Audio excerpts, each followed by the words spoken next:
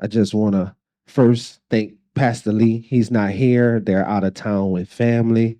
I just want to thank Pastor Lee and all of the executives of the Tabernacle for giving me this opportunity again to speak to y'all on a Sunday morning. And if y'all don't know, today is Pastor Rachel's birthday. So if you got her on Facebook, Instagram, anything like that, or you got her number, text her, tell her happy birthday, wish her all the best. We love you. Have fun. All right. So, y'all ready? Let's get into it. So, today I'm going to be bringing y'all a message that I got while in the shower. Strange place to get a message, huh? But who all knows that the Lord gives you messages and verses and vision in the most uncomfortable places. So y'all all know my son Jeremiah, right? Y'all, who y'all that don't know Jeremiah, Jeremiah is on the spectrum, autism. And Jeremiah goes through these phases in his life where he has his high moments, then he has his mediocre moments, and then he has his low moments. And Jeremiah just loves his iPad. He loves it. All right. He got these games that he played, and then he got these characters that he loved. He's a big Pikachu fan. All right. When you see him, say Pikachu, he gonna love you. I'm telling you. So, and when he's playing these games, Jeremiah has these certain characters throughout the games where it gets him excited to see these characters, to have them a part of his life. And he gets excited and he's up high. He's jumping for joy because he has these characters. But when he gets into this mode of excitement, he wants more games. He wants more of these characters. So he would come to me and Rhonda and he'll be like, Mommy, Daddy, I see this game. I want this game. Can I get this game? Right? So right then and there, Jeremiah is looking for a gratification. He's looking for that yes. But how many of us know that sometimes it can't always be yes? Maybe it's not right now. Maybe it's wait. Maybe it's no. But when Jeremiah heard those words, his mindset switches to where he feels like that he can't get it. So he want to know why. Why can't I get this? What did I do wrong? And that's his mindset. And it makes you sad, huh? But he gets in that mindset and he wants to know why. He don't understand. We get in the same mindset of wondering why, because we don't understand. But then he gets to this point where his mind switches to where it starts to tell him that the reason why you can't get it is because you may not deserve it. But us as parents is not really saying that. So either Jeremiah will go run, he'll go hide, he'll shut himself off. He don't want to deal with you right now. He don't want to even speak to nobody. Nobody, whoever comes to try to talk to Jeremiah, he wouldn't even say nothing. He'll just, we call it a turtle shell. He'll just get in his shell and he just won't say nothing. But if you're around Jeremiah long enough, you will see these signs. But that's how we are when it comes to faith in God. See, when we see him working, we're excited. We're green. We're in the green zone. We're excited. We jumping for joy. We excited. But then when we get in these mindsets that we don't see nothing working, we don't see him moving, we don't see what we've been praying for, so we kind of get lukewarm. And then we start to second guess everything that we've been doing and praying for. So that puts us in the yellow zone because now we're mediocre. And then we get to a point where we just don't see nothing. Nothing's moving. I ain't hearing from God. I don't see this person change that I've been praying for. I don't see my finances growing. I see them shrinking. I don't see my spouse fall in love with me deeper. I see them getting moved away. And your mindset goes into the red zone because now we're not trusting in God anymore. Our faith has shrunken to nothing. And see, this is what we do when we don't see our prayers being answered. We color code our faith and we put God in different categories depending on how we are at the moment. Depending on what the physical eye sees and not the spiritual or natural eye, this is what we characterize him at. This is what our faith is. So today, my message is titled Color-Coded Faith. You won't put a title to it. This is what it's titled. Color-coded faith. The reason why I say it as color-coded faith is because we have 4 sections of the brain. One of those sections really don't matter, but the other 3 sections does. As we go throughout our lives, and as Christians, as believers, as we walk in, we characterize everything that happens in our lives. How many of us got calendars where we schedule out our whole month? Bills, children activities, work duties, grocery shopping, shoe shopping. We characterize everything that happens. So we do the same thing when it comes to our faith in God and what we're believing in. So we're going to look at a story in the Bible that Jesus told. And he told this story because it matches up with what we do in today's world. It's the parable of the prodigal son. How many of us know this parable? All right. A couple of y'all. The rest of y'all, you need to read it. All right. Need to read it. But it's a great story. All right. And this story, the reason why Jesus told this story is because the prodigal son was a runner. And when he ran, he had to go through specific things in his life in order for him to return and be grateful for what he had already had. See, a lot of us run away from God because when we color code the faith in him, we don't understand why he's moving the way he's moving because the physical eye is telling us something different. So when we run because we have to understand that what's going on the other side is not what God really wants. So then we have to return home to understand the process of what he's putting us through. So let's read this story. So we're going to start off in Luke chapter 15, verse 11 through 32. Luke 15, 11 through 32. So there's going to be a lot of scriptures, but I'm going to get through them as fast as I can, all right? All right, here we go.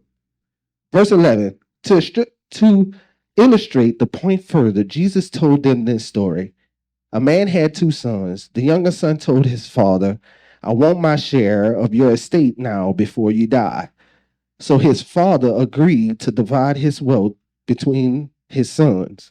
A few days later, the younger son packed all his belongings and moved to a distant land. And there he wasted all his money in the wild living. His belongings, about that time, his money ran out. A great famine swept over the land, and he began to starve. And he persuaded a local farmer to hire him. And the man sent him into the fields to feed the pigs. The young man became so hungry that even the pies he was feeding the pigs looked good to him, but no one gave him anything. When he finally came to his senses, he said to himself, at home, even the hired servants have enough food to spare, and here I am dying of hunger. I will go home to my father and say, Father, I have sinned against both heaven and you, and I am no longer worthy of being called your son. Please take me on as a hired servant. So he returned home to his father, and while he was still long a way off, his father saw him coming. Filled with love and compassion, he ran to his son, embraced him, and kissed him. His son said to him, Father, I have sinned against you, both heaven and you, and I am no longer worthy of being called your son. But his father said to the servants, Quick, bring the finest robe in the house, put it on him, get a ring for his fingers, sandals for his feet, and kill the calf we have fattened. We must celebrate with a feast. For this son of mine was dead and is now returned to life. He was lost, but now he is found. So the party began. Meanwhile, the other son was in the field working. When he returned home, he heard the music and the dancing in the house. And he asked one of the servants what was going on. Your brother is back, he said, and your father has killed the fattened calf, and we are celebrating because because he is safe returned. The older brother was angry and wouldn't go in. His father came out, begged him, but he replied, All these years I have slaved for you and never once refused to do a single thing you told me to do. And in all of that time, you never gave me even one goat for a feast with my friends. Yet, when the son of yours come back after squandering all his money on prostitution, you celebrate by killing a fattened calf. His father said to him, Look, dear son, you have always stayed by me, and everything I have is yours. We had to celebrate this happy day, for your brother was dead and he has come back to life. He was lost, but now he is found. Woo! That's the story there. That's the story there. So basically, what happened was there was these two sons. All right, they was at home with their father where they should have been, where they should have stayed. All right, and the younger son had got to a point where he was like, "Okay, it's time for me to splurge. Give me my inheritance so I could go in on." So once he got his inheritance, once the father agreed to him, gave him his inheritance, my boy straight up left. Like, gone. Ain't asking permission. I'm out of here. So he went to this town and he spent all his money, right? He did what any one of us would do if we wanted to make a million. We about to splurge.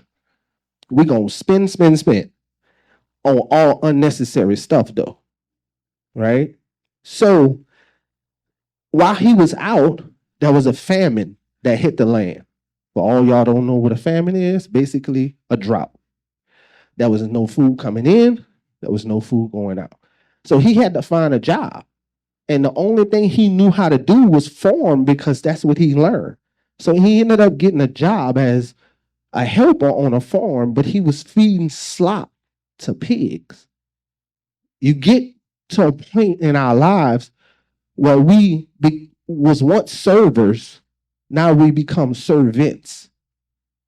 You get what I'm saying? He had servers, but now he became a servant because he left home when he really didn't need to. We leave home when we really don't need to. And instead of being a server, we become servants. Because in church, we're servers under God. But when we go into the world, we become servants to the enemy. So the slop looked good to him to eat. He wanted to eat the slop because that's how good it looked. And then he came to his senses. And then he said to himself, man, I'm going to go home. I'm going to apologize and I should be all good. All right. But the older brother wasn't having it. He was like, bruh, can't believe you came back here like this. You left us and now you want to come back. But how many of us know he needed to go back? We need to go back to where it first started. Right? So When he came in the house complaining and doing all this here, his father stopped him and was like, hey, hold up, chill out. Don't be back talking. He was lost and now he's found. Yeah, he may have strayed away, but he came back. We get to a point where we stray away and we feel like it's an embarrassment to come back. But it's not an embarrassment, it's an embracement. We have to embrace the fact that the strays come back to the house of God. This is the house. And when we stray away from it, we lose everything that happens because of the enemy. The enemy is a destroyer, not a builder. So, this story right here speaks to me because I was that prodigal son. This is my life story right here. Some of y'all, this is your life story. But you too scared to tell what God has done for you, so you don't get that testimony told. But this is my life story. All right? This story puts so much perspective into our lives and how we're living it today, because we color code our faith in God and what he's doing to us. So we get to a point where things are just not prioritized through faith in God because we want it to be on our own. So we have to get to a point where we know where we're at in God. See, my faith started off at a high point. I was in the church, I was serving, things was looking great. And then about a year later, things took a turn and my faith shrunk. And so I became mediocre, lukewarm to what God wanted to do in my life, because instead of me seeing it through the spirit eye, I started seeing it through my own eyes. So I wasn't walking by faith. I was seeing it through my own eyes, so it made my faith waver.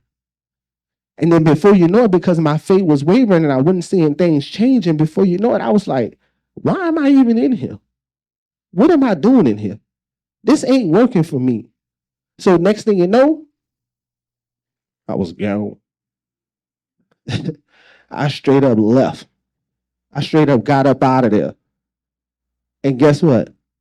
Ain't nothing get better. Nothing. Nothing got better. So when I left the church right then and there, I started living a color-coded faith. I went from high to medium to low. How many of y'all can attest to that? So the prodigal son decided he was going to take his inheritance. He was going to leave the church, having faith in God, seeing the green happen. But then he was believing in his father and the plan that he had for their lives. And then he got to a point where he started thinking. Sometimes we don't need to be thinking about what God's going to do. We need to believe and have faith in what God's going to do. Because when we start thinking, we messes it up. Totally. It goes from being up here to automatically straight down there. It don't even hit the medium zone. It don't. We go from being high to being straight down here, because that's the mindset we have. See, we think that we're supposed to have faith that's way up here. We don't never hit the medium zone and think about things. We automatically go straight into the valley. We don't remember nothing we learned last week, the month before, the year before, about having faith, standing on God's word, and believing in what he's going to do. We go straight to the valley. We swan dive into the valley. And it ain't even a pool. It's a rock and a hard place. That's what's down there. So when we jump head first into the valley, guess what we're doing? We're killing ourselves, because that's what the enemy wants. So instead of diving into the valley, why don't we raise up and continue to believe that God is going to move that mountain we need him to move? because we color code our faith. All right. So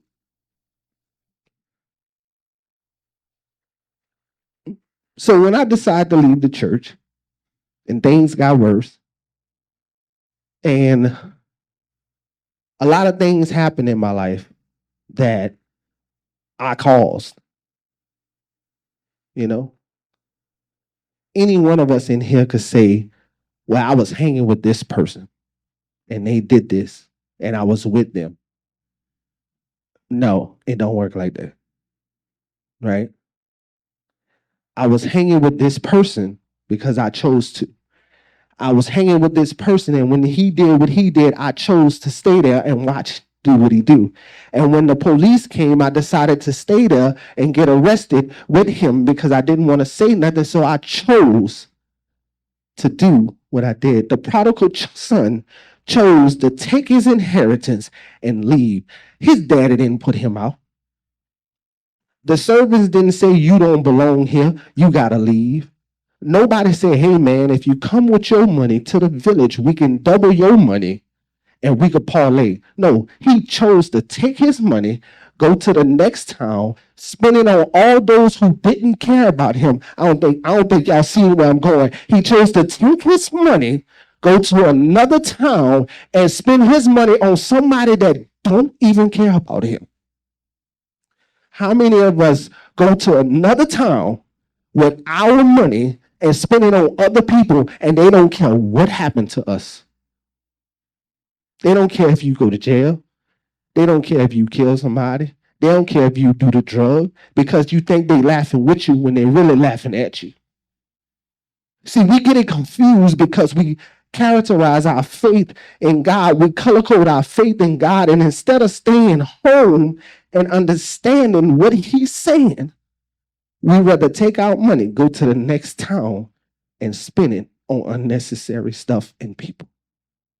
So I'm going to give you 3 color codes of faith that the prodigal son went through. Because I analyzed this story because it's like, if it's my life story, I need to learn how to break this thing down. See where his mindset was at when he did what he did. So I broke this thing down.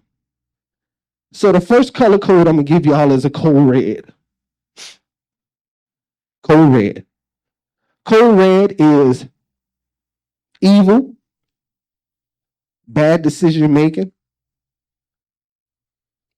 broke, busted, and disgusted. Huh?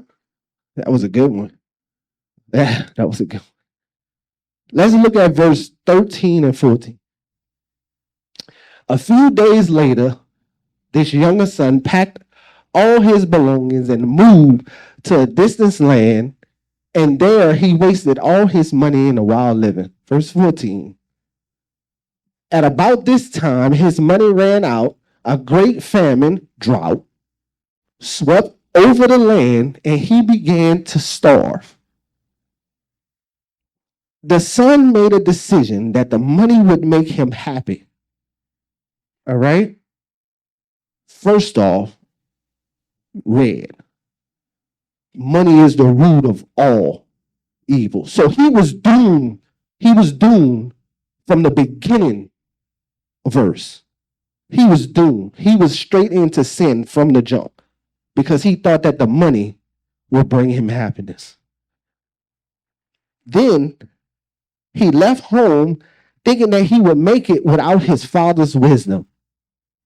How many of us left the church and thought because we can go out on our own that we will make it in a world that's full of evil and deception?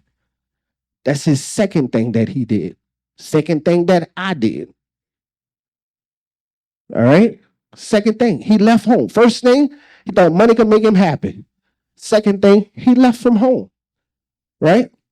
Thinking that he can make it without his father's wisdom. Then it says that he had to get a job feeding slop to the pigs. Man, that's a horrible job. I'm pretty sure they had grass back then. He could have cut grass, I don't know if they had pressure washers, but they had some buckets. He could have washed some houses or something. He was at the lowest point in that time of feeding pigs slop. I got to a point in my life where feeding pigs slop, and being in the pig's pen. I know what it is to be in the pig's pen. I've been down there. Y'all can sit here and act like you never been down there, but guess what? I'm not perfect. I've been down there. I know what it is to eat that slop. This is why this message speaks to me, because I've been there. And I know what it is to be in that pig's pen, behind them bars, behind those people that look at you differently because you're from a different city. I know what it is to eat that slop where nothing has taste and they feed you something from 2 weeks ago. I know what it is to drink that Kool-Aid that they say is Kool-Aid, but it's just water with food coloring in it. I know what it is to be in that pig pen. I know where he's been. I'm not going to pretend that I'm better than nobody because I've been there. I know what it is. So I'm going to tell you what it is. So then he got to a point where when he left, he came to his senses and he knew he had to return. I knew I had to return someday, somehow, somewhere. I knew I had to return. But then it got to a point where I had to start saying to myself, just like him, I'm going to have to repent eventually. I'm going to have to repent. But you know what I said? Man, that time going to come. Right now, I don't feel like going back right now. That time going to come.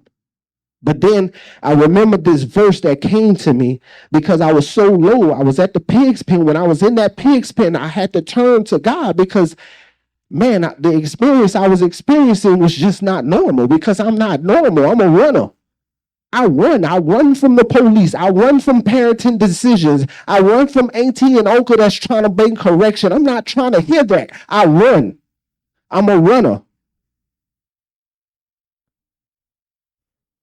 And then this verse came to me in 1 Thessalonians 5:16-18. It says, always be joyful. Never stop praying. Be thankful in all circumstances. Notice it didn't say some.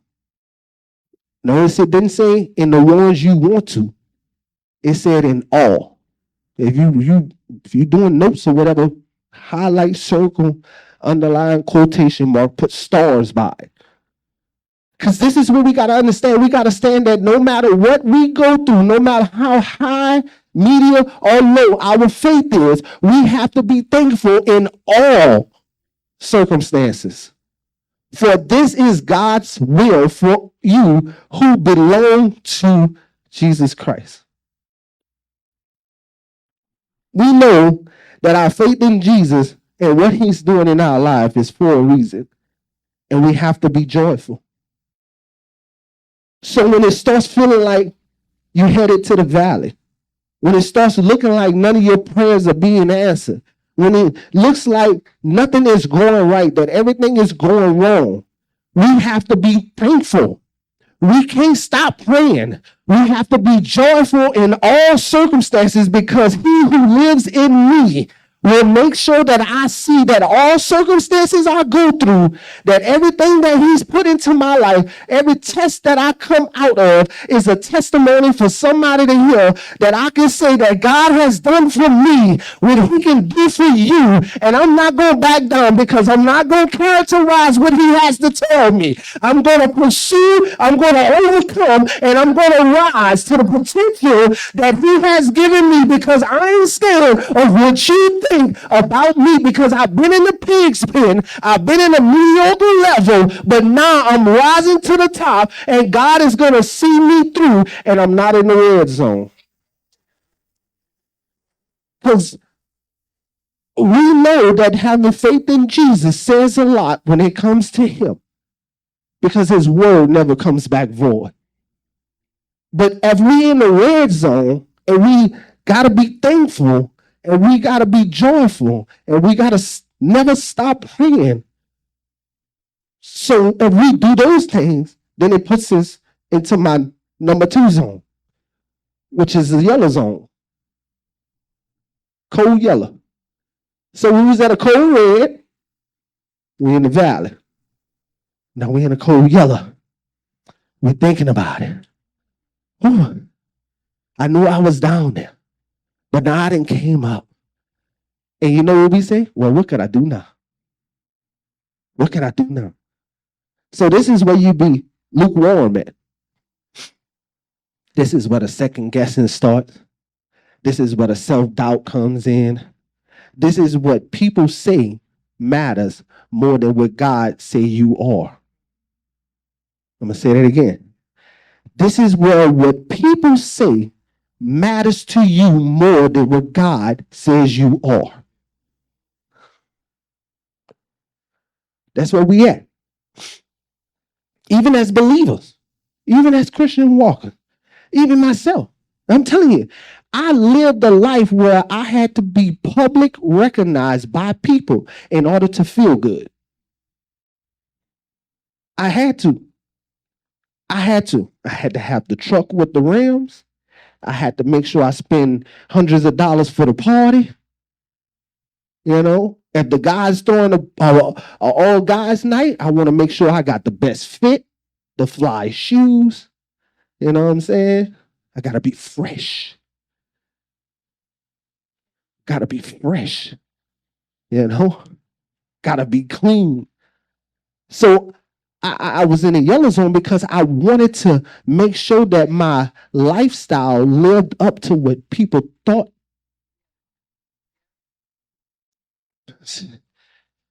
This story is my life story.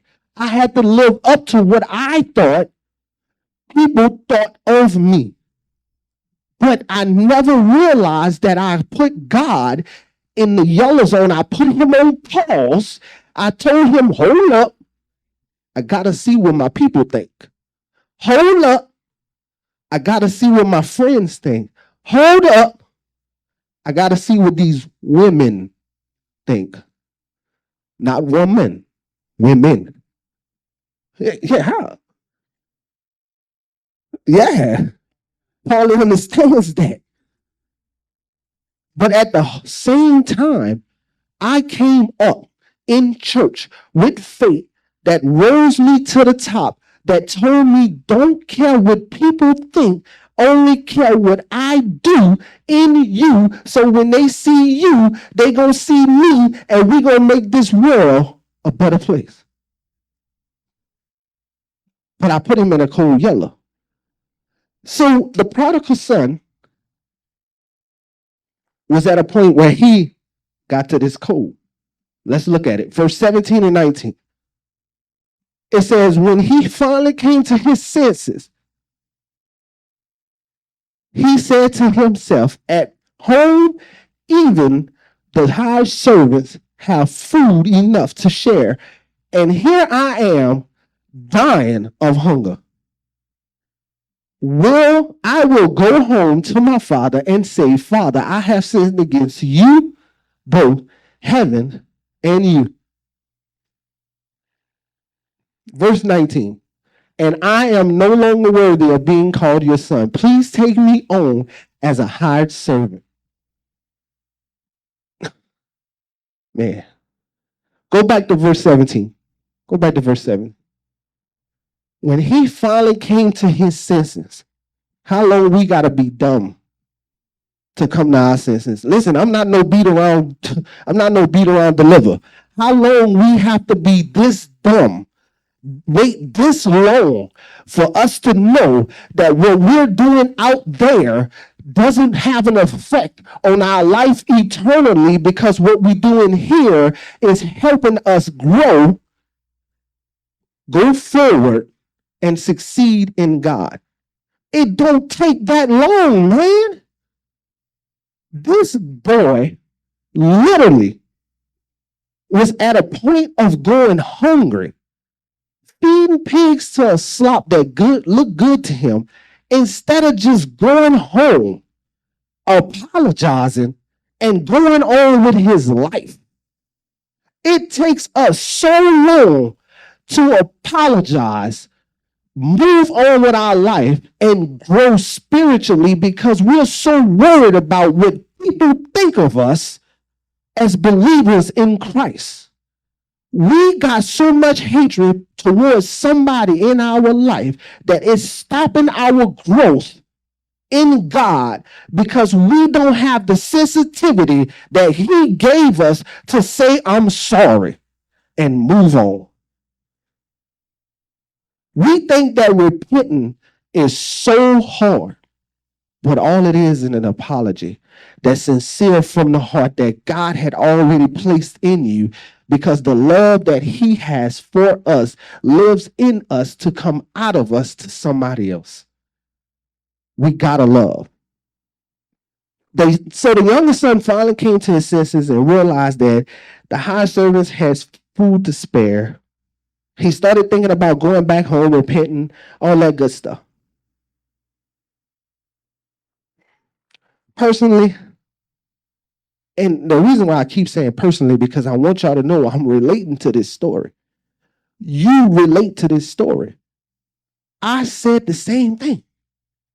I moved out of my mama's house when I was 17, when I stayed with my aunt, because I didn't think that my mama cared enough for me, even though she did. Listen, my mama worked hard, and I love her for that. She showed me the responsibility of working hard don't matter to the eye, long as you're doing what God called you to do. So my mama worked hard. She provided for 3 kids. She did everything that she was supposed to do. But in my mind, because I had already decided that God ain't moving for me, because we stayed in the hood, my mama was always working, and I didn't have the freshest shoes. What my brother wore last year was my new shoes for this year. So he had to keep them clean. So I had to learn how to clean shoes. But it wasn't a bad thing. It was a lesson that I had to go through to teach myself when I'd get older what it looks like back then not to have as much as the next person, but be grateful in what I had. We as believers cannot be looking at what the person has on side of us, because we will miss what God has for the future. So we have to pay attention to what he did in this story. He came to his senses. He came to his senses. So in Philippians 4:13, this is when I realized what I needed to do when I get into this yellow zone. This is what I realized. Philippians 4:13 says, for I can do everything.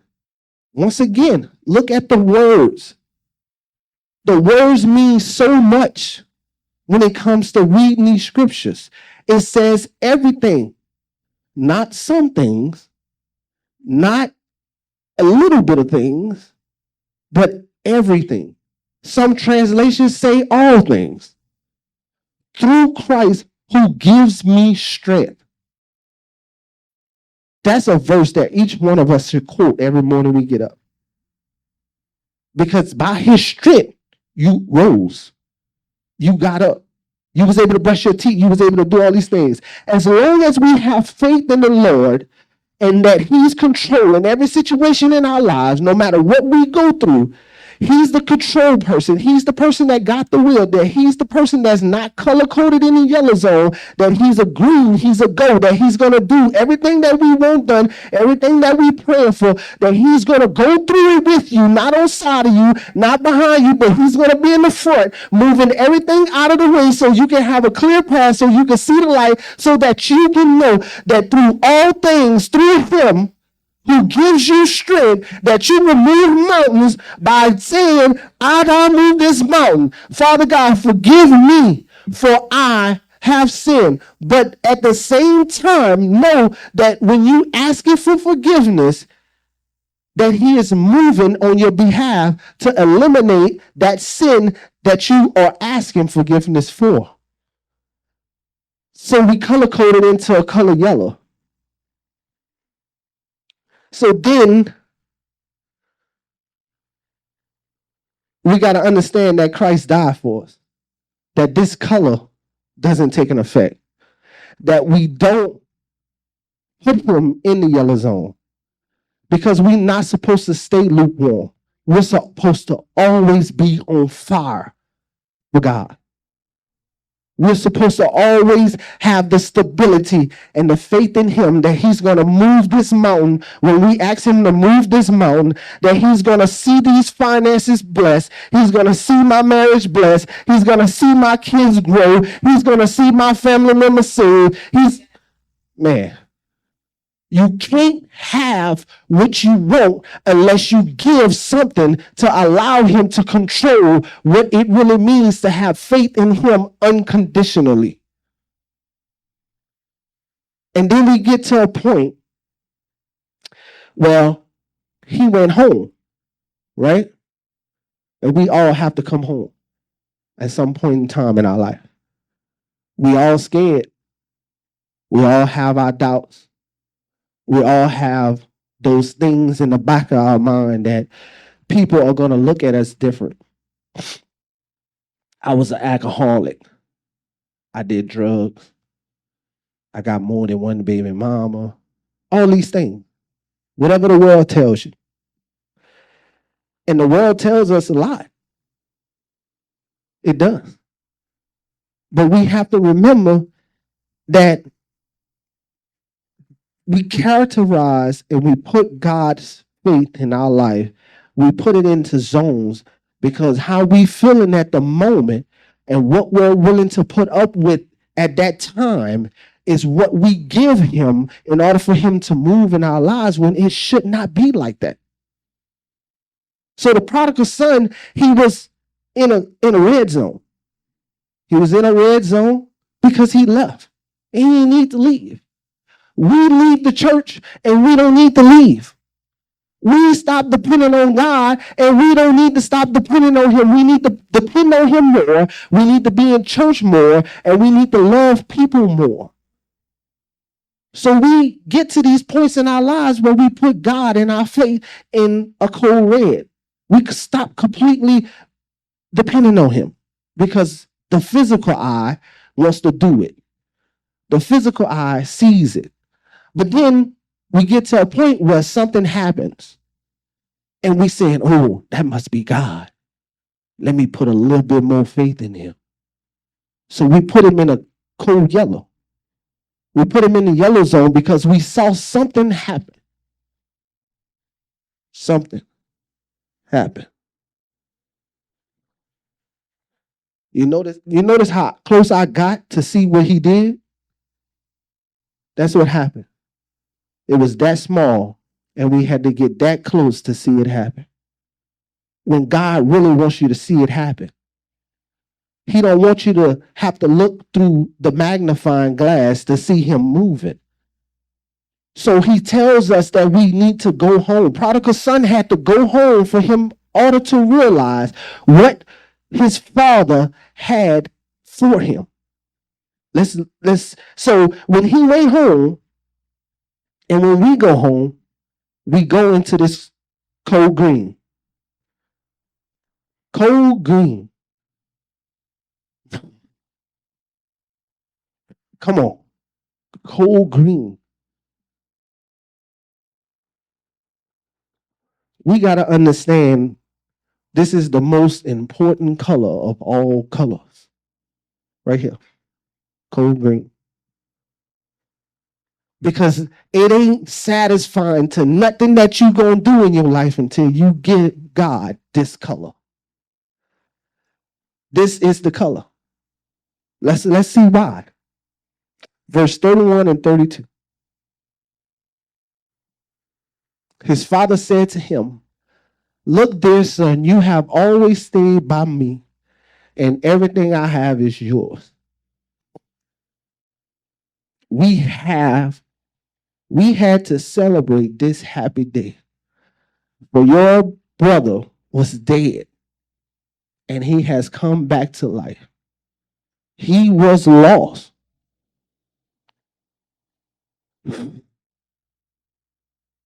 But now he is found. So now we hit the end of the story. And see, the first two color codes, I was pushing them because I wanted y'all to understand where he was at and what he had to do and how he had to realize, how he had to come to his senses.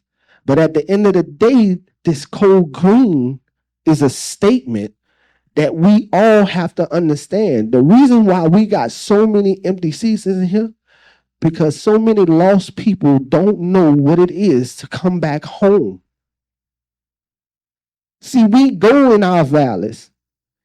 We mediocre our faith in God, but we end up coming back home to get the realizations we shouldn't have left in the first place.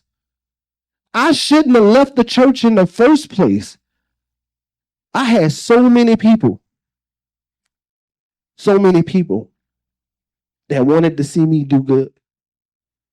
They believed in me. Even though I was living the way I was living, they believed in me. They prayed for me. My mother-in-law prayed for me, even though she knew I was lost. She never stopped praying. My mama never stopped praying. She would always call me and she would tell me, Dontrell, you got to straighten up, son. You can't be doing what other people doing. You know what I'm doing on the other end of the phone? Yeah, Mom. I hear you. Yep, that's it. I love you too. But all of along, she was planting a seed that was being given to her by the Lord to correct her son before your son end up in the enemy territory. And I did. I ended up there. But then I had to realize that if I want all this to go away, if I want all this to change, I got to go home. The prodigal son knew that the only way his life would change is if he went home, repented, and understood that his father never left him, never forsaken him, never told him to get out, never told him that I don't want you. He never told him that just because you want your money now, when I give you your money, you got to get out of my house. He never said none of that. We put perspectives on what people say and we take it a whole different way, and then it changes our mind of what people think of us, and it's not even like that. But long as we have the Spirit of God, the faith in God to control our mindsets, that He will automatically take what somebody thinks of you, turn it for good, and get you to understand that long as you got love in your heart, no matter what nobody say, you will never take it wrong, because at the end of the day, you love them no matter what, who, or where they are in their life. But we got to stay home in order to do that. I know that I'm relating to this story a lot because, like I said, it's my story. It's my life. So I went through everything in my life, and I changed a lot over the years because I went back home. And when I went back home, it had people in my life that I thought that was going to be excited about what I'm doing. And it just easily died off. Now, I still have a lot of friends that I had back then, which I'm grateful for. And I get to speak into their life, and I'm grateful for them. And I had a lot of time to reflect on why I was going back home. And I had a lot of time to think. Because see, one time in my life, like we had this big old fight, right? And when I went to hit a guy, I missed him and I hit a gas pump. And I shattered all this, right? So I got a screw that goes from the hand to the wrist that's holding this up, right? And as I'm laying in that bed, something came over me and said, do you want this to be what you remembered by? So I had to ask myself, is it worth the felony? Is it worth being in the pig's pen for? Is it worth me getting killed or killing? No matter how you look at it, the devil was in all of it. So I said to myself, when I get out of here, I'm going to make a change. And I went back home. Let's look at Luke 15:32. This is the reason why I wanted to really enter into this. This is why I really wanted to enter in this. It says, we had to celebrate this happy day, for your brother was dead and has come back to life. He was lost, but now is found. I don't think y'all understand. I was found. You was found. It's nothing for us to go out there and talk to somebody else and invite them home so they can be found. See, we got to get to a point where we understand that we don't celebrate the rebirth enough. We don't. We oversee it when we should be celebrating the rebirth, the people that come back home. I'm talking about the addicted that was set free, that's now outside fixing coffee. I'm talking about the orphan that was homeless, and now that they came back home, they have a home to come to, and now they're greeting you at the door. That's the people I'm talking about. We don't celebrate those people enough. I'm not talking about me, because I'm going to serve. I serve so hard because it brings me joy to pick up your trash and throw it away, because God picked up my trash and he threw it away. Man, I don't think y'all understand. We don't celebrate this verse enough. We don't get together and celebrate the rebirth of those who was once lost and now is found. How many of y'all here was lost? Come on, everybody, your hand should go up. Don't say you wasn't lost. I'm going to tell you the story I told him in group, Mr. Norman, Scotty V. Fury. I told him when we was born into this world, the doctor slapped us. Every time I tell that story, that's what Paulie do. Because he remembered that. We was abused at birth. That's crazy, right? You was slapped at birth because you didn't know. But the doctor knew the only way you gonna make some noise is if I slap you. God has slapped us so many times and told us you need to stop doing what you're doing. Go home, give me control of your life, and let me do what I do, because I'm going to be the one to take all your pain away. Even though you got slapped at birth, I'm going to love you because my arms is open. I'm going to love you because this is what I died for. There's no return policy on our life, because God died on the cross that we may be free.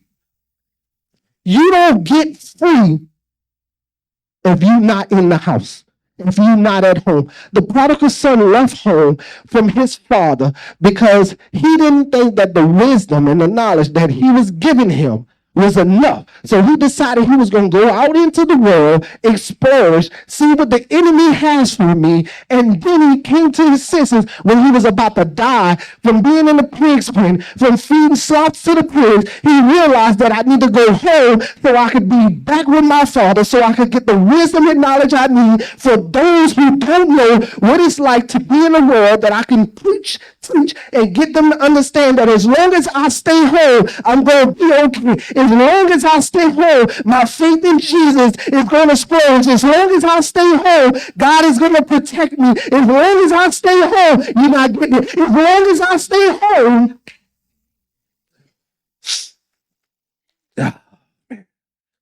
Lee told me to do me. I love you, Lee. Pastor Lee, I love you. He told me, he said, Dontrell, he said, do you? He said, because you're home. He said, make sure the church is good while I'm gone, because you're home. I ain't going nowhere. I'm going to be here until the Lord calls me. I'm going to be home when you need me. I'm going to be home when you need somebody to call. I'm going to be home when you need a shoulder to cry on. I'm going to be home when you just need somebody to love on you. Because he loved on me. He grabbed me and said, I got you, but you got to let me get you. I got you, but you got to let me get you. I got you, but you got to let me get you.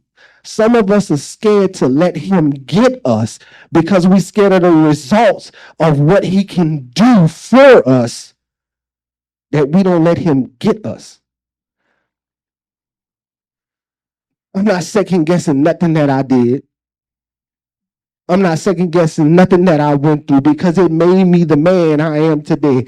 We have to block out the outside noise that's coming toward us, that's telling us we ain't good enough, we can't do it, that we ain't gonna survive, that your finances is gonna be in the dirt, that your marriage ain't gonna work, that your kids is gonna be broke, busted, and disgusted. We can't let the outside noise come in, because if I would have let the outside noise bring me down into the valley, I would be standing here today giving God the praise because of what he did in my life. When I was in the pigs, when he pulled me out, dusted me off, freshened me up. And now I'm standing here today telling you that don't color code your faith in God, but the red zone, that the yellow zone really don't matter, because as long as you stay in the green zone and you stay home, that God is going to see you through it, just like the prodigal son when he went home. When he went home, his father saw him coming from a distance. How many of us see the lost coming from a distance? All you got to do is walk out the front door and look either way. Look either way. There's somebody lost that stay at these apartments. There's somebody lost that's washing their car. There's somebody lost that's getting gas. There's somebody lost that's swimming in the pool across the street. They come from a mile away, but yet we're too scared to go and get them and say, "Hey, I'm your tour guide back home," and bring them. All of us had to have somebody pray for us and bring us back home. And then we get to a point where we have to understand that the call on our life is bigger than the situation in our life. The Great Commission says that we're supposed to go out and make disciples. Key word, go. Green light, go. But we got to remember, when you go out and make a disciple, he has to be able to come home. When you go past the church, eventually you got to make a turn to come back past the church. The church, like Lee said, is the center point of Metairie, is the bullseye. You know why? Because it's home. We not taking up no distractions. We not making a mistake by being here. This church has a mandate from when Pastor Carl was here. That mandate will be met because we are home. Because we are in a green zone. That's where we at. We're in the middle of a sinful area. Either go out the door and just look. Either way, we're in the middle of it. Things happen all around this church, and we're in the center of it. But we have to go.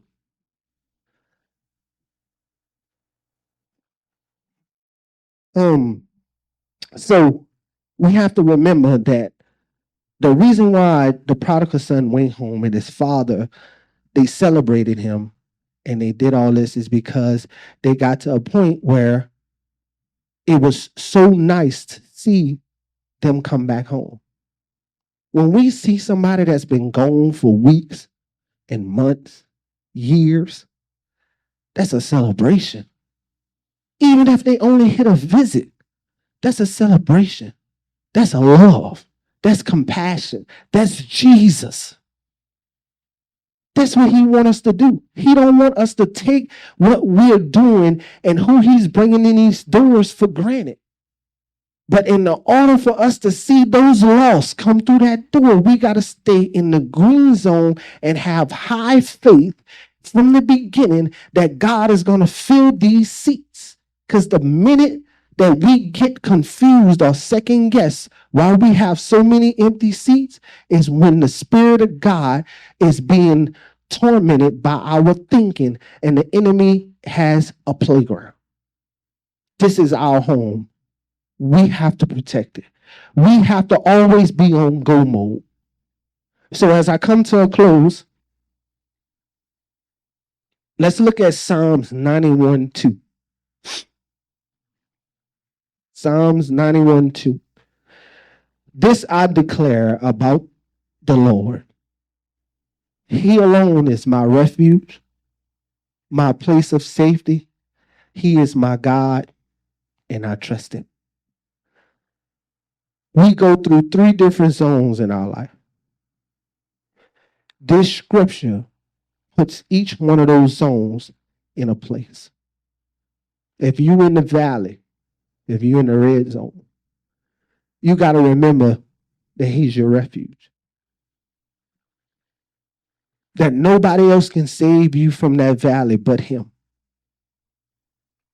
He is the Almighty. That no matter what we're going through in our life, no matter what situation we are in, he is our refuge.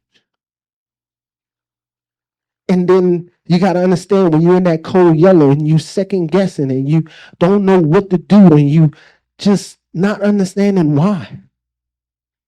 When you're in that cold yellow, my place of safety. Grab on to his unchanging hand. Hold on because he ain't going to let go. Because he has pulled so many of us out of that valley. And then we get to that yellow mediocre thing where we get so confused that he says, just grab on to my unchanging hand because I ain't going to let go. That's a place of safety. When you need somebody to call on and say, hey, can I just cry? Place of safety. And then he is my God. I trust him. If you in the green zone, then you believing in God that he's going to move mountains in your life, that you understand the circumstances you're in because of the faith you have in him and you're not worried about nothing, nobody, or what's going on. The verse in 1 Thessalonians say to be grateful in all circumstances. Be thankful in all circumstances. This is what it's talking about. Trust him in all circumstances. Give him the green light in all circumstances, not just some of them, in all of them. If you feel like your day ain't going good, all of it, give it. If you feel like I can't pay this bill because I only see $5 in my account, don't worry about it. Give it to him. Let him have all of it. It says be grateful in all of it. We only grateful sometimes. And that is when we see it happening. It can't be like that. We have to be grateful in all of it. We have to know that God is above all else, that nothing will stop him from having your heart. But it's up to us to give him the green light because he's our refuge, because he's our place of safety, because he is my God and I trust him. We put so much faith in people, friends, boyfriends, girlfriends, husbands, and wives that we don't even want to give God his 5% of love. He told us to tithe 10% and we stingy with that. We only give him 2% of what's in the pocket. When he says to give cheerfully, and abundantly. You notice how I'm putting all this into perspective because it all matches up to what this is saying. So when you're in the red zone, let him be your refuge. When you're in the yellow zone, let him be your place of safety. And when you're in that green zone and he's rocking and rolling and he's doing what he's supposed to, just remember, you trust in him. And as long as you trust in him, he's not going to let you down. He will not let you fail. It takes just as much breath in your body to say, I can't do something, and just to say, I can do all things through Christ who strengthened me. Bow your heads. Now, it may be somebody in here that is at a point in their life where they don't know if I'm going to go to heaven or not. That I live my life because it's just something that I'm supposed to do. And you don't know if today, if you're going to die, if you die today, if you're going to go to heaven or hell. And then I can't afford to allow nobody to go to hell because I was pulled out of that pit. And that pit is not fun. That pit don't have nobody's name on it. All it has is somebody's soul is going to fill it. And that pit is hell.